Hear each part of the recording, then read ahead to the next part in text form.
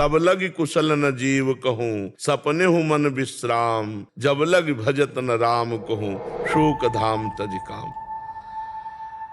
प्रेमानंद जी कहते हैं कि नाम जप से आपकी जिंदगी बदल सकती है। पहले तो मुझे बिल्कुल विश्वास नहीं होता था, पर मेरे साथ जो हुआ वो बिल्कुल ही शॉकिंग था। आज मैं आपके साथ एक ऐसा सीक्रेट शेयर करने वाली हूँ जिसने मेरी लाइफ का पर्सपेक्टिव ही बदल दिया। No drama, no fake stories, just my raw experience. इतने सालों से मैं भगवान के मंदिर जाती आ रही हूँ, फिर एक दिन मुझे रियलाइज हुआ कि मैंने तो कभी भगवान से बात ही नहीं की, सिर्फ ऑर्डर्स दिए। ये रियलाइजेशन इतना पेनफुल था कि उस रात में बहुत ज्यादा रोई, क्योंकि इतने सालों की डिवोशन एकदम से ट्रांजैक्शन बन गई। हम में से कितने लोग हैं जो रोज मंदिर जाते हैं, व्रत रखते हैं और डेली पूजा करते हैं। मैंने भी यही किया क्योंकि मैं बहुत ज्यादा रिलीजियस थी। पर सच बोलूं तो मैं मंदिर कुछ ना कुछ मांगने के लिए जाती थी कि मुझे जॉब दे दो, प्रमोशन दे दो या फिर मेरी लाइफ सेट कर दो। पर फनी पार्ट ये है कि मुझे लगता था कि मैं बहुत ही ज़्यादा डिवोटेड हूँ, पर सच में डिवोटेड होने में और कनेक्टेड होने में बहुत ज़्यादा फ़र्क होता है। और ये फ़र्क मुझे बहुत बाद में, बहुत तकलीफ़ों के बाद समझ आया। एक वक़्त मेरी लाइफ में ऐसा आया जब मुझे लगा कि सब कुछ टूट रहा है। मेरा करियर एकदम से रुक गया। इतनी मेहनत, इतनी रातों की नींद खराब करने के बावजूद रिकॉग्निशन ज़ीरो थी। और दुःख तब ज़्यादा बढ़ गया जब मेरे फ्रेंड्स जिन्हें मैं अपना मानती थी, वो धीरे-धीरे कर मेरी लाइफ से जा रहे थे।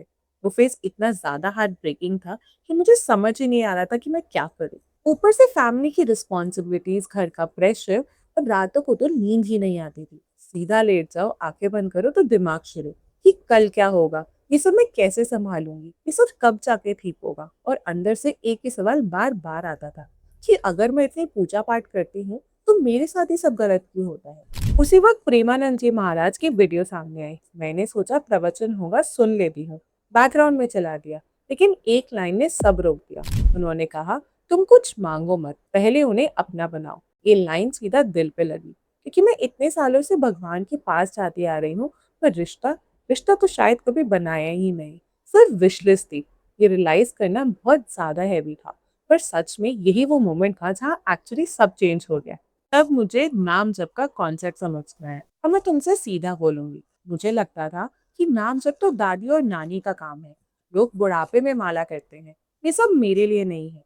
पर एक्चुअली में ये सबसे पावरफुल चीज़ है जो मैंने ट्राई की है। देखो, जब लाइफ में कुछ बुरा होता है, तो हमारा दिमाग क्या करता है? एक ही बात को 100 बार सोचता है कि उसने मेरे साथ ऐसा क्यों किया?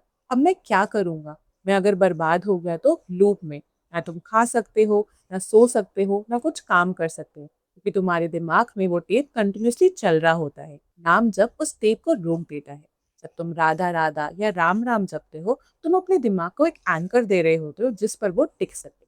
एक एग्जाम्पल देके समझाती हूँ जिसने मेरे लिए सब कुछ क्लियर कर दिया। सोचो आप समुद्र में हो, बड़ी बड़ी लहरें आ रही हैं और आपकी नाव छोटी सी है। लहरें आएंगी, रुकेंगी नहीं। उसी तरह प्रॉब्लम्स आएंगी, रुकेंगी नहीं। और एक एंकर नाव में और एक लूज नाव में फर्क होता है। एंकर नाव हिलती है पर कभी पलटती नहीं। नाम जब मेरा एंकर बन गया। और ये सिर्फ एक स्पिरिचुअल बात नहीं, बल्कि साइंस भी ये कहती है कि अगर आप किसी चीज को रिदमेटिकली रिपीट करते हो, तो आपका नर्वस सिस्टम काम डाउन हो जाता है और एंजाइटी जेन्युइनली कम हो जाती है। अब तुम सोच रहे होगे कि ठीक है, नाम जब शुरू किया तो क्या सारी चीजें ठीक हो गई?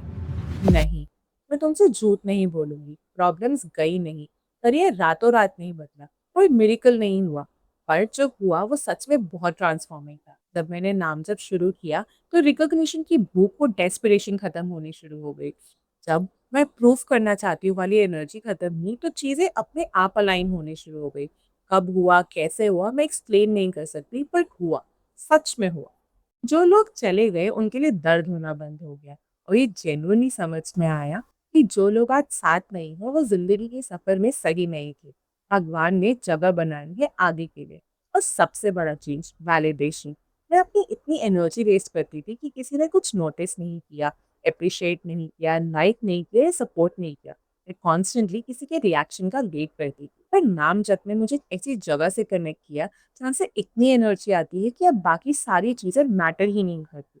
मैं आज भी वही हूँ, वही रिस्पॉन्सिबिलिटीज, वही चैलेंजेस, पर अब एक अंदर पावर हाउस है। जब भी डर लगता है, मैं डीप ब्रीथ करती हूँ और नाम जप शुरू कर देती हूँ। तो प्रैक्टिकली कैसे शुरू करें? कोई रूल्स नहीं है, सीरियसली कोई रूल्स नहीं है, बस 5 मिनट वॉक करते हुए, मेट्रो में, सोने से पहले या उठ जाने के बाद, जब भी हो सके नाम जप करो।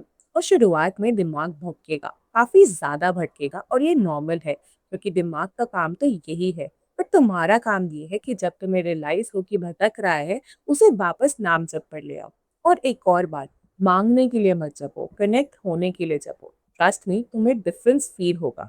मैंने अपने पास एक छोटा सा काउंटर रख रखा है जिसे मैं रोज यूज करती हूँ। जब भी आपका दिमाग किसी के बारे में फालतू सोचने लगे या किसी बात पर अटक जाए, उसे वापस नाम जप कर ले आओ। और कोई भी नाम लो, राम, राधा, कृष्ण, शिव, जो भी तुम्हारे दिल के करीब है। भगवान नाम नहीं देखते, बल्कि वो ये देखते हैं कि तुम उनके करीब आ रहे हो। जिंदगी में सब कुछ मिलेगा, पैसा, करियर, रिकॉग्निशन, लोग, सक्सेस, पर अगर अंदर सुकून नहीं है तो ये सब जीरो है। सुकून किसी मॉल में नहीं मिलता, किसी रिलेशनशिप में नहीं मिलता, या किसी बड़ी अचीवमेंट में नहीं मिलता। वो अंदर है, हमेशा से था, और नाम जब उस तक का रास्ता है। और आज अगर तुम किसी भी वजह से हैवी फील कर रहे हो, करियर, रिलेशनशिप, लोनलीनेस या कुछ भी, तो इस वीडियो के खत्म होने के बाद आंखें बंद करो। जो भी नाम तुम्हारे दिल के करीब है, उसका नाम जप शुरू करो। कुछ भी मत मांगना, कुछ भी मत बोलना, बस कनेक्टेड फील करना। You will see the difference. अगर आपको मेरा पर्सनल एक्सपीरियंस अच्छा लगा हो या आपने कहीं उससे रिलेट किया हो, तो इस वीडियो को ज़रूर शेयर करना, क्योंकि आपके आसपास ऐसा कोई ना कोई ज़रूर होगा जो आज वहाँ है जहाँ मैं कल थी। और अगर आप नाम जप करते हो, तो मुझे अपना एक्सपीरियंस ज़रूर बताना। मिलते हैं अगली वीडियो में। राधे राधे, जय हरिवंश।